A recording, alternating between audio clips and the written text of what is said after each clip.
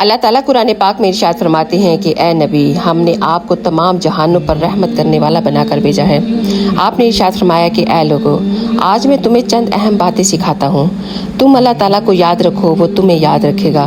جب تم اللہ تعالیٰ کو یاد کرو گے تو اسے اپنے سامنے پاؤ گے، اور جب بھی تم کچھ مانگو تو اپنے رب سے مانگا کرو، اور جب بھی کوئی مدد طلب کرو تو اپنے اللہ سے مدد طلب کیا کرو، اور جان رکھو کہ اگر پوری امت تمہیں کوئی فائدہ پہنچانے پر متفق ہو جائے تو وہ کچھ بھی فائدہ نہ پہنچا سکے گی مگر جو اللہ تعالیٰ نے تمہارے لیے لکھ رکھا ہے، اور اگر سب لوگ مل کر بھی تمہیں کوئی نقصان پہنچانے کے در پہ ہوں تو وہ تمہیں کچھ ذرا بر بھی نقصان نہیں پہنچا سکتے مگر جو اللہ تعالیٰ نے آپ کے لیے لکھ رکھا ہو۔